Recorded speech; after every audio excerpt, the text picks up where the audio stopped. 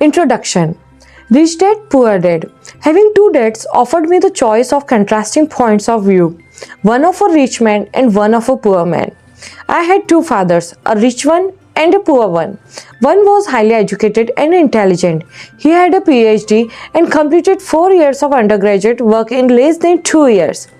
He then went on to Stanford University, the University of Chicago, and Northwestern University to do his advanced studies, all on full financial scholarships.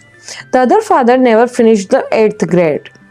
Both men were successful in their careers, working hard all their lives. Both earned substantial incomes, yet one always struggled financially. The other would become one of the richest men in Hawaii. One died leaving tens of millions of dollars to his family, charities, and his church. The other left bills to be paid. Both men were strong, charismatic, and influential. Both men offered me advice, but they did not advise the same things. Both men believed strongly in education but did not recommend the same course of study. If I had only one dad, I would have had to accept or reject his advice. Having two dads offered me the choice of contrasting points of view, one of a rich man and one of a poor man. Instead of simply accepting or rejecting one or the other, I found myself thinking more, comparing, and then choosing for myself. The problem was that the rich man was not rich yet, and the poor man was not yet poor. Both were just starting out on their careers, and both were struggling with money and families.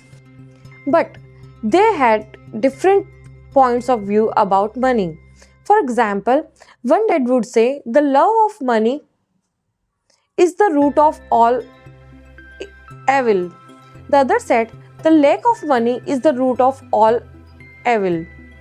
As a young boy, having two strong fathers, both influencing me, was difficult. I wanted to be a good son and listen, but the two fathers did not say the same things.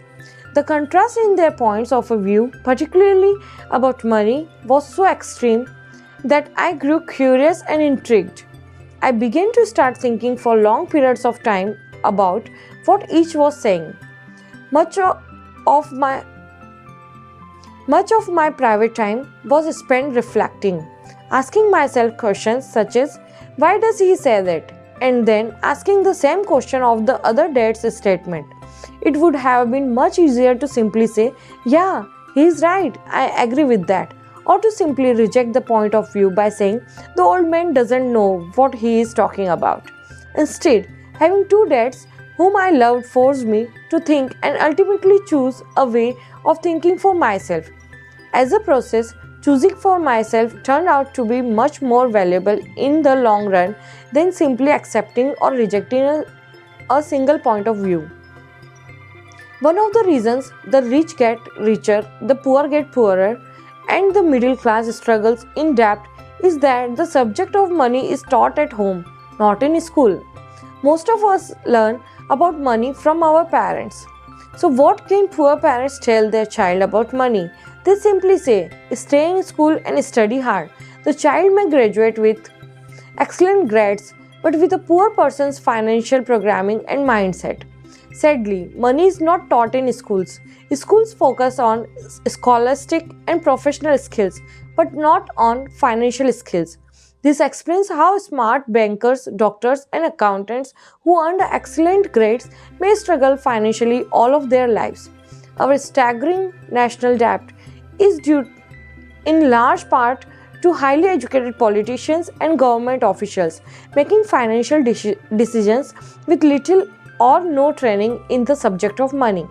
Today, I often wonder what will soon happen when we have millions of people who need financial and medical assistance. They will be dependent upon their families or the government for financial support. What will happen when Medicare and Social Security run out of money? How will a nation survive if teaching children about money continues to be left to parents, most of whom will be or already are poor? Because I had two financial fathers, I learned from both of them. I had to think about each dad's advice, and in doing so, I gained valuable insight into the power and effect of one's thought on one's life. For example, one dad had a habit of saying, "I can't afford it." The other dad forbade those words to be used. He insisted. I asked, "How can I afford it?" One is a statement and other is a question. One lets you off the hook and the other forces you to think. My soon-to-be rich dad would explain that by automatically saying the words, "I can't afford it," your brain stops working. By asking the question, "How can I afford it?" your brain is put to work. He did not mean that you should buy everything you want.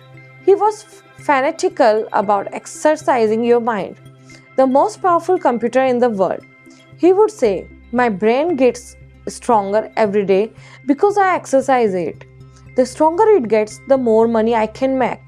He believed that automatically saying, "I can't afford it," was a sign of mental laziness. Although both dads worked hard, I noticed that one dad had a habit of putting his brain to sleep when it came to finances, and the other had a habit of exercising his brain. Long-term result was that one dad grew stronger financially and the other grew weaker. It is not much different from a person who goes to the gym to exercise on a regular basis versus someone who sits on the couch watching television. Proper physical exercise increases your chances for health, and proper mental exercise increases your chances for wealth. Two dads had opposing attitudes, and that affected the way they thought. One dad thought that the rich should pay more in taxes to take care of those less fortunate. The other said, "Taxes punish those who produce and reward those who don't produce." One dad recommended, "Study hard so you can find a good company to work for." The other recommended, "Study hard so you can find a good company to buy." One dad said, "The reason I am not rich is because I have you kids." The other said, "The reason I must be rich is because I have you kids." One encouraged talking about money and business at the dinner table, while the other forbade the subject of money to be discussed over a meal. One said, "When it comes to money, play it safe. Don't take risks." The other said, "Learn to manage risk." One believed our home is our largest investment and our greatest asset. The other believed, "My house is a liability, and if your house is your largest investment, you are in trouble." Both dads paid their bills on time, yet one paid his bills first while the other paid his bills last. One dad believed in a company or the government taking care of you and your needs. He was always concerned about pay raises, retirement plans, medical benefits, sick leave, vacation days, and other perks. He was impressed with two of his uncles who joined the military and earned a retirement and entitlement package for life after 20 years of active service. He loved the idea of medical benefits and PX privileges the military provided its retirees. He also loved the tenure system available through the university. The idea of job protection for life and job benefits seemed more important at times than the job. He would often say, "I have worked hard for the government and I am entitled to these benefits." The other believed in total financial self-reliance. He spoke out against the entitlement mentality and how it created weak and financially needy people. He was emphatic about being financially competent. One dad struggled to save a few dollars. The other created investments. One dad taught me how to write an impressive resume so I could find a good job. The other taught me how to write strong business and financial plans so I could create jobs. Being a product of two strong dads allowed me the luxury of observing the effects different thoughts have on one's life. I noticed that people really do shape their lives through their thoughts. For example, my poor dad always said, "I will never be rich," and the prophecy became reality. My rich dad, on the other hand, always referred to himself as rich. He would say things like, "I'm a rich man and rich people don't do this." Even when he was flat broke after a major financial setback, he continued to refer to himself as a rich man. He would cover himself by saying, "There is a difference between being poor and being broke. Broke is temporary, poor is eternal." My poor dad would say, "I'm not interested in money, or money doesn't matter." My rich dad always said, "Money is power." The power of our thoughts may never be measured or appreciated, but it became obvious to me as a young boy that it was important to be aware of my thoughts and how I expressed myself. I noticed that my poor dad was poor not because of the amount of money he earned, which was significant, but because of his thoughts and actions. As a young boy having two fathers, I became acutely aware of being careful about which thoughts I chose to adopt as my own. Should I listen to my rich dad or to my poor dad? There is a difference between being poor and being broke. Broke is temporary and poor is eternal.